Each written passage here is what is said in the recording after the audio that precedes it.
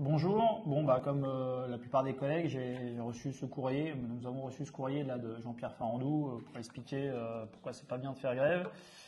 Et voilà, nous on va faire une vidéo pour expliquer pourquoi c'est pas bien de faire ce type de courrier. Voilà. Alors jusqu'à présent, on avait un peu l'habitude de ce qu'on appelle du cheminot SNCF bashing, c'est-à-dire l'opinion publique qui était prise à partie contre nous avec toute une série d'informations.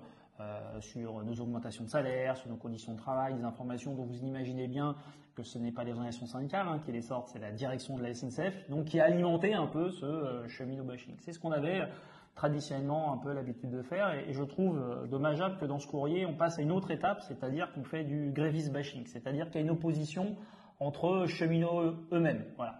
Des cheminots déraisonnables qui partiraient en grève, jamais contents, toujours à vouloir revendiquer, par rapport à des cheminots qui le seraient plus et qui regarderaient un peu de travers. Et pour discuter un peu à droite à gauche, y compris regarder les réseaux sociaux, on a vu qu'un certain nombre de collègues ont pu stigmatiser ou stigmatisent ce conflit des agents commerciaux, des agents du matériel et des conducteurs et des contrôleurs. Voilà. Bon, dans tout cas, nous à Sudrail, on pense qu'il faut quand même avoir un peu de reconnaissance. Et la reconnaissance, c'est savoir un peu ce qui s'est passé l'année dernière. L'année dernière, on a eu des conflits métiers, aussi des gérants du matériel, aussi des contrôleurs, aussi des aiguilleurs. Et suite à ces conflits, rappelez-vous, c'était il y a à peine un an, on a eu un certain nombre de mesures qui ont été mises sur la table.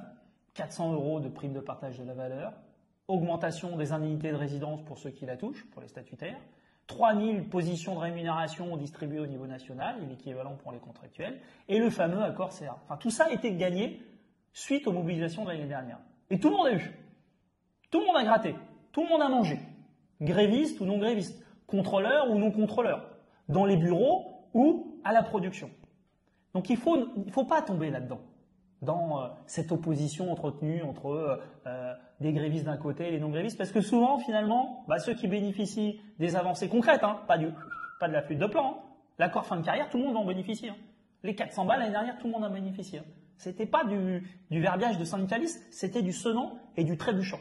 D'abord, ça, c'est le fruit du rapport de force de grévistes de l'année dernière. Donc, heureusement qu'on n'a pas écouté l'année dernière, parce que si on avait écouté l'accord fin de carrière sous le nez, et toutes les mesures que je vous ai citées, sous le nez. Il ne faut pas rentrer dans cette opposition et cette division entre cheminots. Et c'est pas bien ce que fait Jean-Pierre Farandou là-dessus. C'est pas bien. Après, on nous sort l'argument nouveau, a priori, même si l'année dernière on nous le disait un petit peu, de la concurrence. Voilà. Avant, en gros, c'était le monopole, on pouvait faire grève. Maintenant, c'est la concurrence, donc il faut être raisonnable pour arrêter de faire grève. Le problème de la concurrence, c'est que c'est pas maintenant dans 6 mois et c'est fini. Voilà. Les appels d'offres, c'est entre 2024 et 2032. Voilà. Trenitalia, les boîtes privées, elles arrivent. Certaines sont arrivées il y a 4 ans, d'autres arriveront cette année. Donc ça veut dire quoi? Ça veut dire que la parenthèse où il ne faut pas faire de conflit, ça va faire 10, 15 ou 20 ans. Enfin, tout ça n'est pas sérieux. C'est pas parce qu'il y a des concurrents qui, je rappelle, par exemple, sur les trains, ce qu'on appelle les TGV, le service librement organisé représente 1% des voyageurs. Aujourd'hui, c'est peanuts, la concurrence. Sous prétexte de sa concurrence, si on s'interdit de se mobiliser, vu que la concurrence est notre avenir de demain, ça veut dire, voilà, tout simplement, on plie le banc, on fait plus de conflits, on fait plus de grève, parce qu'à chaque fois qu'on va faire rien, on va dire, attention, vous n'êtes pas raisonnable, vous allez faire peur soit aux autorités organisatrices, soit aux voyageurs, ils vont se barrer ailleurs, et donc du coup, il n'y aura plus aucun conflit. Et par ailleurs, je tiens quand même à le dire, que c'est un peu l'hôpital qui se moque de la charité. Pourquoi?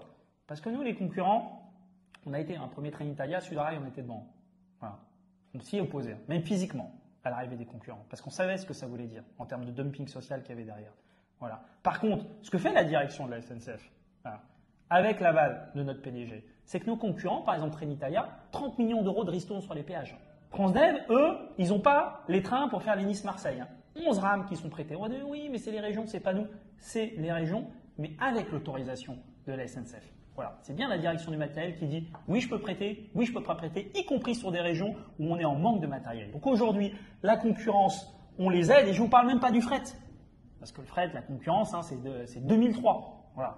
Qu'est-ce qui s'est passé 20 ans plus tard? Nos trains, les trains les plus rentables, qu'est-ce qu'on a fait? Les trains combinés, on les a donnés à la concurrence. Voilà. Et la direction, elle n'a rien dit. Donc c'est un peu gonflé de nous expliquer qu'aujourd'hui la concurrence, il ne faut pas faire grève parce qu'on sent que quand même de temps en temps, c'est un peu notre propre direction qui aide très concrètement, pas en faisant des grands discours, mais très concrètement en prêtant des rames, en faisant des ristournes sur les péages ou en donnant les marchés comme à Fret SNCF les plus rentables. Voilà. Donc, et je finirai là-dessus. Bon, moi, j'ai pas de problème avec Jean-Pierre Farandou.